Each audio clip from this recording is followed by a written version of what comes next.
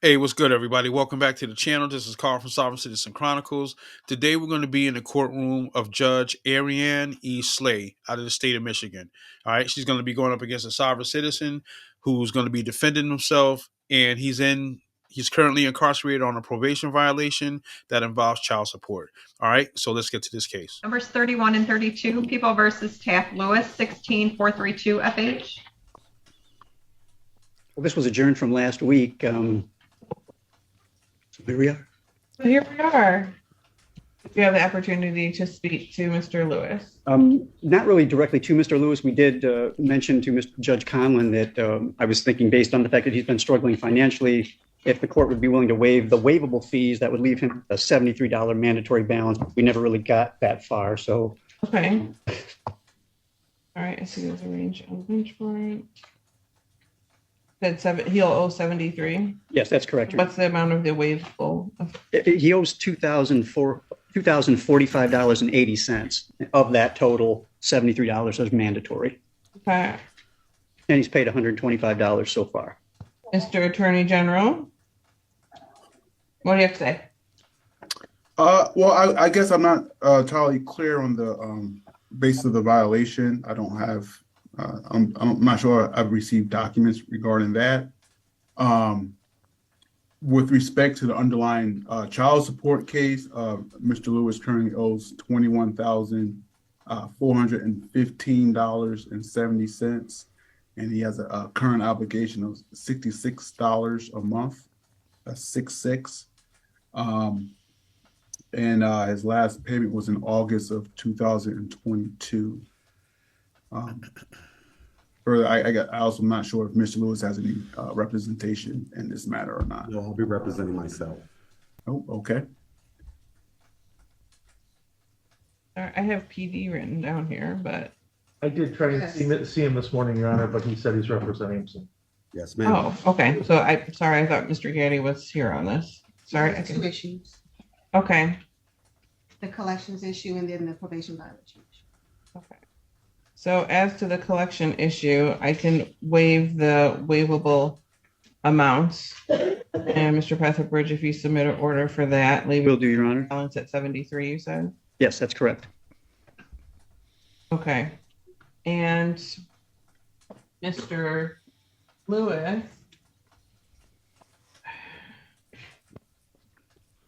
Can I speak now, Your Honor? Yep, just a minute. No problem.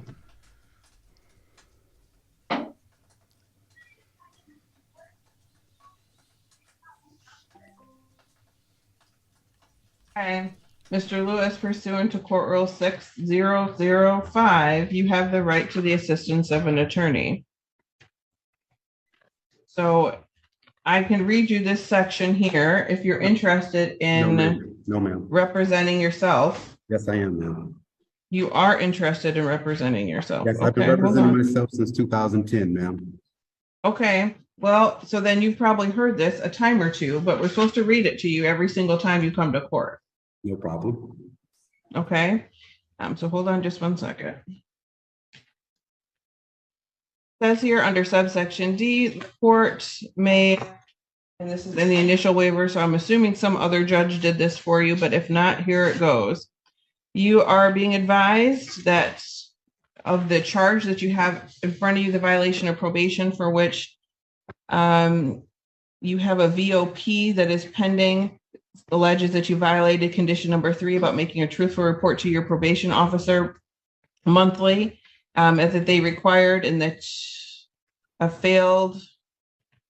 failed to report on 1/26/23, and that you on 1/27/23 a call was placed to you and contact was made. You said you were going to turn yourself in on the warrant. The potential penalty in this case is up to 5 years and or $5,000. And I will read this verbatim. Advising the defendant of the charge, the maximum possible prison sentence for the offense, any mandatory minimum required by law, and the risk involving self-representation. In addition to that, I will offer you the opportunity to consult with a lawyer that you can retain of your choosing. Currently you're in custody, so I'd also appoint the public defender's office if you wanted assistance. That's my understanding that you are not interested. No assistance is needed, Your Honor. Okay. This is your choice. All right, so how are we proceeding with the violation of probation? Your Honor, I don't respect the reason I'm here today, but I will not disrespect your court because of others' egregious actions towards me. This is our first time meeting, and I plan on it being our last. Before Mr. Breckenbridge left, I would have liked to address the whole panel. So that I had just a few questions for him to set precedent so that everyone's stance could be evident and clear and no misinterpretations. But I see Mr. Breckenbridge tucked tail and ran. Well, we're making a recording and he's still here. He just was out of the camera view. Great, great. Mr. Breckenbridge, can you please state your full name and title for the record? Scott. Mr. Lewis, this is not your hearing. I can't address the panel. There's no panel. You have the probation officer, you have the court fines and fee officer, and you have the assistant. And everyone put their appearances on the record. So we're going to move it along. No problem. I can get right to it. That is fine. All right. The law is my protection, and I shall find remedy in it. Before we begin this process, I would like to address the court. In addressing the court, I would like to fully read and completely express all information today without interruption. I have two questions for the court. First question is, are all laws commercial? Second question. Mr. Lewis. Yes, ma'am. We have a violation of probation in front of you. I understand that you have been arraigned on the violation of probation.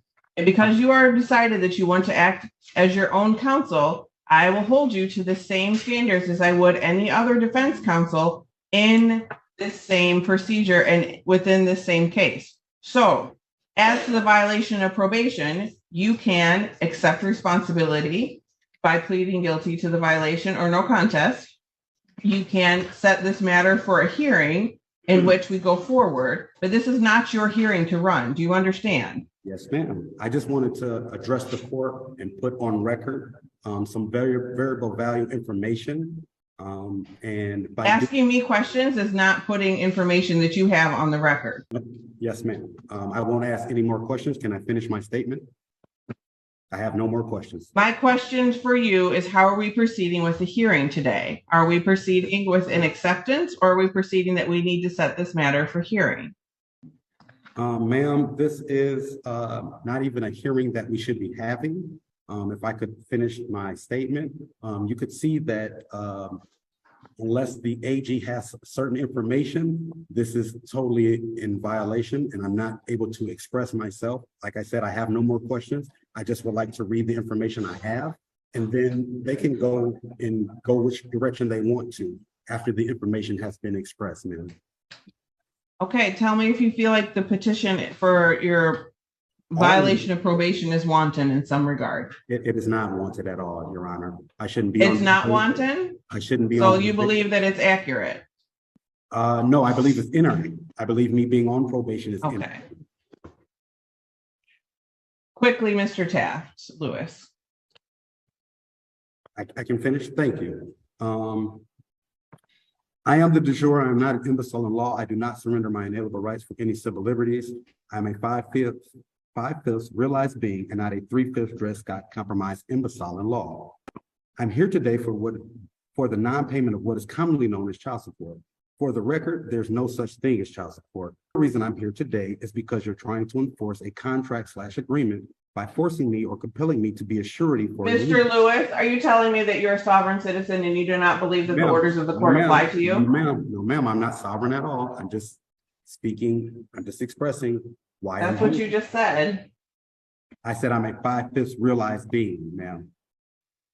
Okay. That's not. So these are, I need you, if you can't answer my question, we're going to adjourn this until you can get a hearing, and I'm going to appoint standby counsel of the public defender. I don't want counsel, ma'am. I just want to finish. I understand that.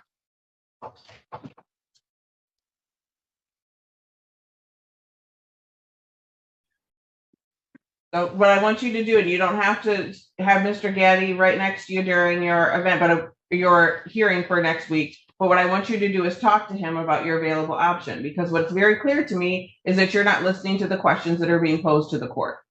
Right? I say, are we having a hearing or are you accepting responsibility? I need an answer to that before we can go forward. You making a statement isn't evidence.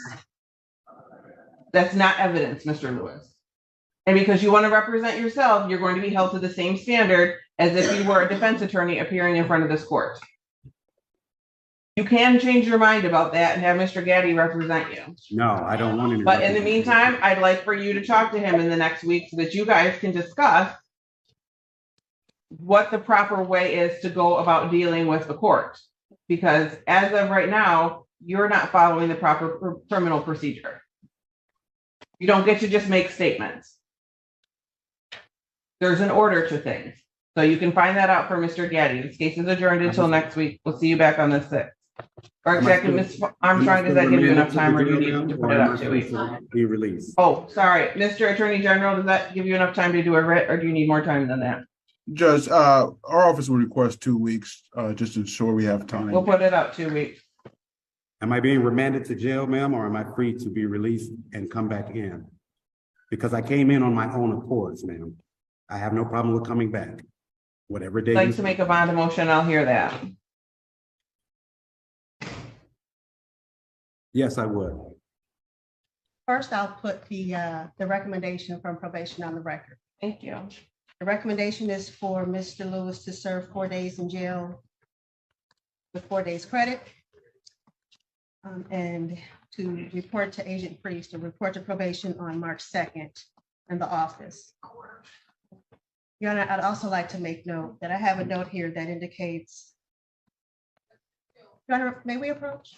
Yeah. I'm sorry, ladies and gentlemen, for those of you, we need to have a private conversation because we have Mr. Attorney General is not here in person. We have to clear the courtroom. That prosecutors. Okay, Mr. Taft Lewis, got additional information. You know, if you wanted to see me, there's a different way to do that. If you have a motion, or part of that is by working with an attorney who knows how to navigate the procedures of the court. Again, your choice not to use an attorney. I still have the standby counsel for the public defender should you choose to avail yourself of their decades of legal knowledge that might help you navigate this process. Ma'am, I thought this was the hearing. I didn't know it. Pardon? I thought this was the hearing because last week I could not speak also because he said it was your case and I would be able to have my turn to speak when I was in front of you. Now I'm in front of you and you're telling me this isn't the hearing also. So I didn't know how you guys were going to proceed. I just want to be heard on what information I have. Like I said before, I asked for this warrant so that I could get in front of you, so that I could say this information to see which way. And Mr. Taft Lewis, that's exactly what I'm saying, is that you had used the assistance of the public defender's office or your attorney who assisted you at the time of your case, you wouldn't have had to violate your probation to get in front of this court. I don't believe that you are a flight risk. I think you just made poor decisions. So I am going to release you, but you're to respond here in person, which is March 6th. No problem. On Monday at 1:30, and that is the date and time set for your hearing. Yes, ma'am. At that time, I would expect you to follow the proper procedure that any other criminal defense attorney would be held to the same standard. You still have the public defender at your disposal if you choose to consult with them. No problem. Could you also order him to report in person, Yes. probation office on? You'll have to report to probation tomorrow. I'm sorry, March 2nd. Yes. You'll report to probation on March 2nd to meet with your agent. Which agent is that? Is that Agent Moses, Agent Miller, or Agent Priest? Agent Priest. No problem. Your Honor, if I might, if I could ask Mr. Lewis to contact my office and give us the, address and phone number. Did you hear that, Mr. Lewis? The public Yes, I defender is availing themselves to you.